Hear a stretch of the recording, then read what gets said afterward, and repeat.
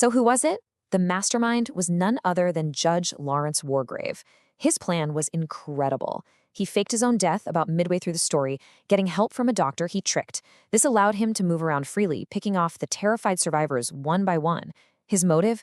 A twisted, obsessive desire for his own brand of justice against people the law couldn't punish.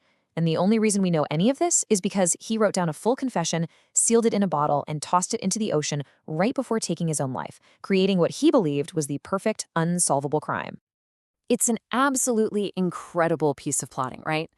But does that make it the perfect story for every single reader? Turns out, the very things that make this book a stone-cold classic are also the things that might turn some people off.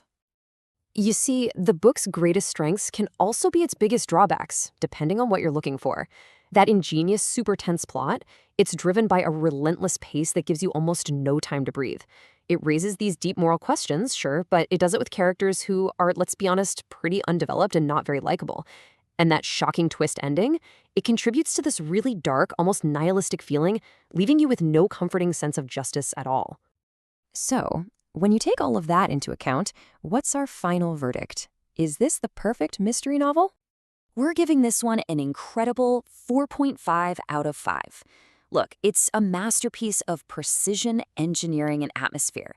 It leaves a mark on you that you won't forget, even if its sheer bleakness isn't going to be for everybody. So, should you read it? Well, here's the breakdown. You are absolutely going to love this book if you're a fan of psychological suspense, if you love those intricate, closed-room puzzles, and if you enjoy digging into dark moral questions. But if you prefer a cozier mystery, if you kind of need a happy ending, or if you just don't like keeping track of a big cast of characters, you might want to start with a different Agatha Christie novel.